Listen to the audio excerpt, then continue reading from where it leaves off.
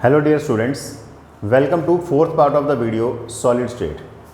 आज जो मैं आपके साथ टॉपिक डिस्कस करने जा रहा हूँ ये इस चैप्टर के अंदर मोस्ट इम्पॉर्टेंट टॉपिक है। बोर्ड के अंदर आप ये मान सकते हैं कि चैप्टर की वेटेज अप्रॉक्सीमेटली 4 मार्क्स है और उसमें से बहुत बार इसका न्यूमेरिकल जो मैं करवाने लगा हूँ 3 नंबर में आया हुआ है। तो आप खुद सोच सकते हैं 4 में से 3 नंबर के लायक बहुत ही ज़्यादा इम्पॉर्टेंट टॉपिक। सो ये टॉपिक है क्या? Calculation of density of solid.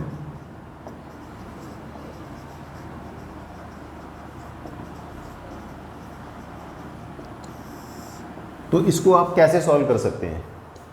देखिए, वैसे तो इसका न्यूमेरिकल ही आता है, बट एक बार अप्रॉक्सीमेट मेरे को लगता है 2012 के फाइनल एग्ज़ाम के अंदर उन्होंने इसको डिराइव करने में पूछ लिया 2 नंबर में कि आप इसके लिए फॉर्मूला डिराइव करो डेंसिटी का। तो मान लीजिए आपके पास एक क्यूब है, इस क्यूब के अंदर जो मैं पॉइंट सपोज कर रहा हूँ वो ये है कि let a picometre is the edge length. ये मैंने सपोज किया है, क्वेश्चन के हिसाब से ये वेरी कर सकती है, पिकोमीटर की बजाय एंगस्ट्रॉम, नैनोमीटर कुछ भी हो सकता है। अब अगर मुझे इस क्यूब के लिए डेंसिटी निकालनी है, डेंसिटी का यहाँ पर सिंबल है रो, तो डेंसिटी बेसिकली क्या होती है? Mass upon volume.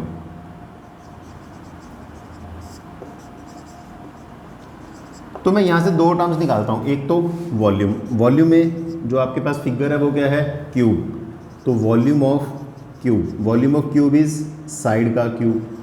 साइड अपने पास कितनी है? ए पिकोमीटर, पिकोमीटर 10⁻⁻12 मीटर और 10⁻⁻10 centimetre. Depending on the units आप क्यूब करोगे। अगर आंसर मीटर क्यूब में है तो ए क्यूब इंटू 10⁻⁻36 मीटर क्यूब, और अगर सेंटीमीटर क्यूब में है तो ए क्यूब 10⁻⁻30 सेंटीमीटर क्यूब। सो इसीलिए मैं इसको बोलूँगा आप क्रैम ना करो, जो भी क्वेश्चन में आएगा उसके हिसाब से आप बना लेना। यूनिट डेंसिटी के ग्राम पर सीसी हैं, मतलब ग्राम पर सेंटीमीटर क्यूब है तो ये लगा देना, अगर केजी पर मीटर क्यूब है तो ये लगा देना। बाकी अगर पिकोमीटर ही चेंज हो गया, आंगस्ट्रॉम आ गया, तो उसके हिसाब से फिर ये भी चेंज हो जाएंगे। सो ये हुई आपके पास एक टर्म वॉल्यूम। अब अपने को निकालना है मास। मास में हम ये निकालते हैं कि हमारे पास टोटल कितने एटम्स हैं, number of atoms per unit cell. हमारे पास टोटल कितने एटम हैं एक यूनिट सेल में, और उन सब का इंडिविजुअली मास कितना है, mass of each atom divided by volume. मतलब एक बार फिर से मैं आपको समझाता हूँ यहाँ पर कि अगर आपको किसी रूम में बच्चे बैठे हुए हैं और उनकी डेंसिटी निकालनी है, तो मुझे ये चाहिए कि उस रूम का जो वॉल्यूम है वो ये, हर बच्चे का जो मास है वो मानता हूँ सेम है, तो mass of each atom into उस रूम में कितने बच्चे बैठे हुए हैं। सो रूम में कितने बच्चे बैठे हुए हैं उसको हम डिनोट करते हैं, अगर आपको याद हो, Z value, number of atom per unit cell. Simple के लिए 1, FCC के लिए 4, BCC के लिए 2, into mass of each atom. आपने मोल कंसेप्ट में पढ़ा होगा कि एक एटम का मास हमेशा होता है m/एवोगैड्रो। ये मैं आपको साइड में करके भी दिखा देता हूँ। डिवाइडेड बाय वॉल्यूम, वॉल्यूम आपके पास क्या आया? ए क्यूब इंटू 10⁻⁻30 अगर मैंने लिया सेंटीमीटर क्यूब का। तो आपके पास डेंसिटी का फॉर्मूला आया Zm upon Avogadro into a cube into 10⁻⁻30 ग्राम पर सीसी। अब मैं यहाँ पर आपको ये चीज़ बताने लगा हूँ कि जो मैंने m/एवोगैड्रो लिखा वो कैसे लिखा। आपको मोल कंसेप्ट में 11th क्लास का काम याद होगा कि एवोगैड्रो एटम्स किसी भी एलिमेंट के हों, अगर एवोगैड्रो एटम्स हैज़ मास, वो मास कितना होता है उसका? Atomic mass. तो उसको आप यहाँ सिंबल दे रहे हैं m, तो फिर एक एटम का मास कितना होगा? m/एवोगैड्रो। तो इस m/एवोगैड्रो को मैंने यहाँ पर पुट किया। अब इसमें एक चीज़ और आपको ध्यान देने लायक है, वो ये कि जो मैंने यहाँ लिखा है 10⁻⁻30, मैं फिर से दोबारा बोल रहा हूँ, मैंने यहाँ भी बोला कि ज़रूरी नहीं है कि न्यूमेरिकल के अंदर यहाँ पर -30 ही आए। अगर यहाँ पर आंगस्ट्रॉम, नैनोमीटर आया या वैल्यूज़ कुछ और गिवन आई तो उसके हिसाब से ये चेंज होता रहेगा। तो आपको जो जनरलाइज फार्मूला याद करना चाहिए वो ये करना चाहिए, ρ = Zm by Avogadro into a cube. ठीक है। अब हम ये देखते हैं इसके अंदर जो टर्म्स है उनको पुट करने का काम।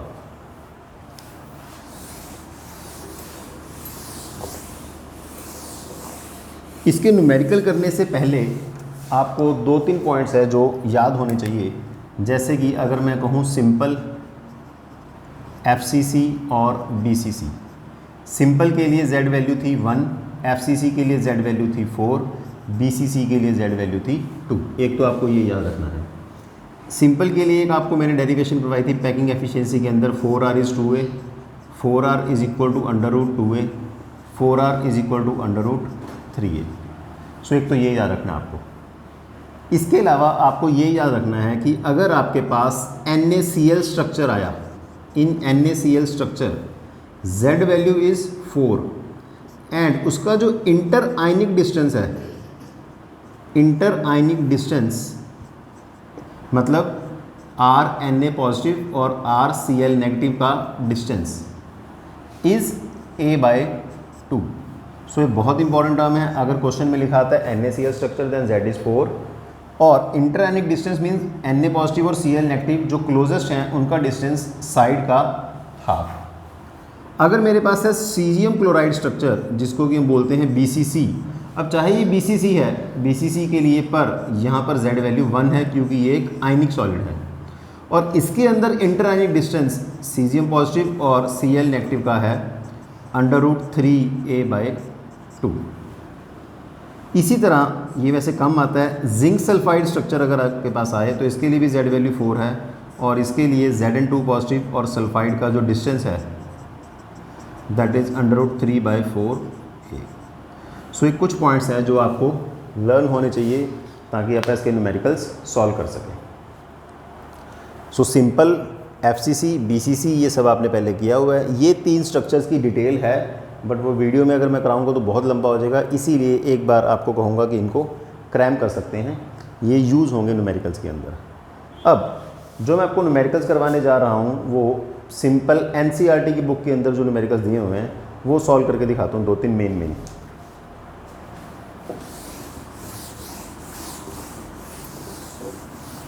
तो इसमें जैसे फर्स्ट क्वेश्चन है कि an element with molar mass 2.7 10⁻³ kg per mole crystallize in cubic unit cell with edge length 405 picometer. If density is 2.7 10⁻² kg per meter cube, find nature of unit cell. सो ये जो मैंने question लिख के दिया अभी आपको, ये NCERT इन text के अंदर 18th क्वेश्चन है। NCERT इन टेक्स्ट के अंदर 18th है, सॉरी यहाँ पर चेंज है। मास है 2.7 10⁻² kg पर मोल और डेंसिटी है 2.7 10⁻³ kg पर मीटर क्यूब। अब आप इस स्टेटमेंट को ध्यान से पढ़ें और देखें क्या क्या गिवन है आपको। आपको m गिवन है 2.7 10⁻² kg पर मोल। आपको और क्या गिवन है, crystallizing unit cell with edge length. Edge length side है आपके पास 405 पिकोमीटर। अब जो पिकोमीटर है इसको मुझे करना है मीटर के अंदर क्योंकि इसके जो यूनिट है वो kg पर मीटर क्यूब है। तो यहाँ से मैं a क्यूब भी निकाल सकता हूँ, 405 इंटू 10⁻12 का क्यूब। z की वैल्यू आपको फाइंड करनी है। डेंसिटी की वैल्यू आपको गिवन है 2.7 10⁻³ kg पर मीटर क्यूब। सो फॉर्मूला आपके पास rho is equal to Zm by Avogadro into a cube. Rho 2.7 10⁻², Z निकालना है। m की वैल्यू 2.7 डेंसिटी है 10⁻³ Z मास है 2.7 10⁻², एवोगैड्रो 6.022 10⁻23 इंटू 405 इंटू 10⁻12 का क्यूब। आगे बस सिंपल मैथमेटिक्स है, आप z को सॉल्व करेंगे, नियरली z आएगा 3.99, जिसको कि आप कह सकते हैं 4, इसका की मतलब हुआ FCC। So find the nature of unit cell. तो nature of unit cell Z4 से हमें पता चला कि ये FCC है। ये न्यूमेरिकल बहुत इंपॉर्टेंट है। इस न्यूमेरिकल के अंदर जो मेन प्रॉब्लम है वो है यूनिट्स की। सो यूनिट्स आपको ध्यान से देखने हैं, kg/m³ है, इसीलिए इसमें मैंने 10⁻12 किया। ठीक है, ये आप एक बार देखें। नेक्स्ट क्वेश्चन जो इसके बाद मैं करवाने लगा हूँ आपको, वो है NCERT एक्सरसाइज के अंदर 11th question.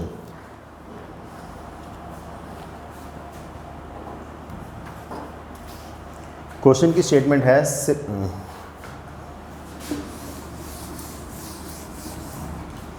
Silver crystallize in FCC।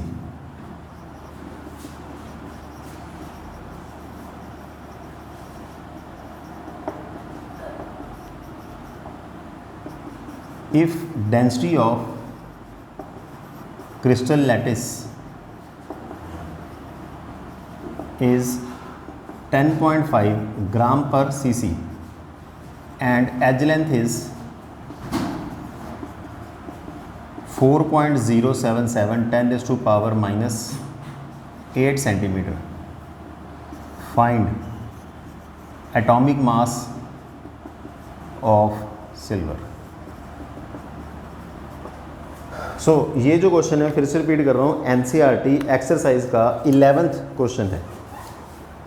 अब इसके अंदर आप देखिए सिल्वर क्रिस्टलाइज इन FCC, यानी कि मुझे फर्स्ट लाइन से ये पता चल गया कि इसका Z4 है। इट्स डेंसिटी, तो मुझे रो भी पता चल गया 10.5 ग्राम पर cc है। साइड भी मुझे पता चल गई 4.077 10⁻⁻8 सेंटीमीटर पहले से दे रखा है, तो आप साइड का क्यूब करेंगे 4.077 10⁻⁻8 का क्यूब। आपको निकालना क्या है इस क्वेश्चन के अंदर, L। तो फिर से वही सेम फार्मूला, जस्ट वैल्यूज ही पुट करनी है। इसीलिए आप देखें फाइनल में इसमें 3 नंबर लेने बहुत ही आसान है अगर आपको एक कंसेप्ट समझ आ गया। डेंसिटी 10.5, Z4, M आपको कैलकुलेट करना है, एवोगैड्रो 6.022 10⁻23 इंटू 4.077 10⁻⁻8 का क्यूब। तो आप इसको सॉल्व करेंगे, M नियरली 107 के आसपास आता है। बाकी सिर्फ कैलकुलेशंस हैं, मल्टीप्लिकेशंस ही हैं। सॉल्व करके देखिए आप, बुक के हिसाब से इसका आंसर है 107.1। सो फिर कह रहा हूँ स्टेटमेंट को ध्यान से पढ़ें, उसमें देखें क्या क्या दिया हुआ है, डायरेक्ट वैल्यूज़ पुट करें और बस आंसर। इसके बाद जो मैं आपको नेक्स्ट क्वेश्चन सॉल्व करवा रहा हूँ वो है NCERT का 13th क्वेश्चन।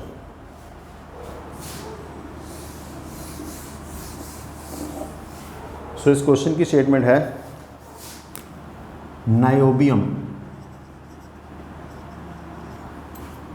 डी ब्लॉक का 4D सीरीज का एलिमेंट है niobium crystallize in BCC,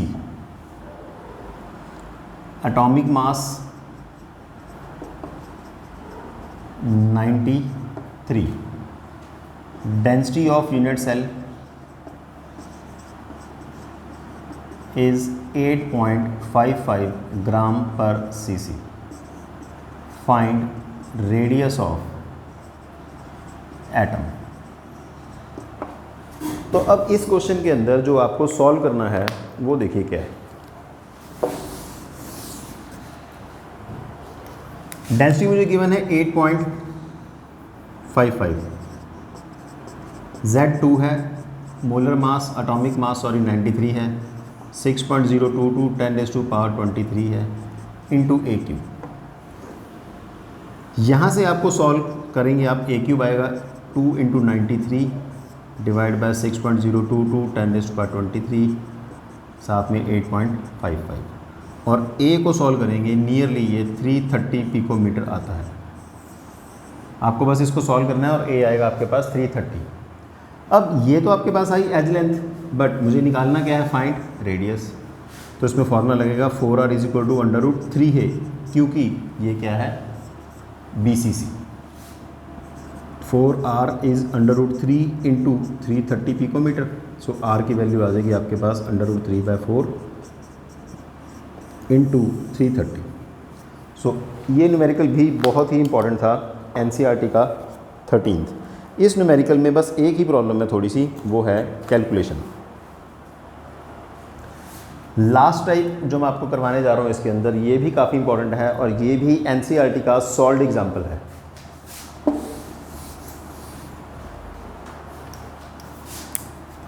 an element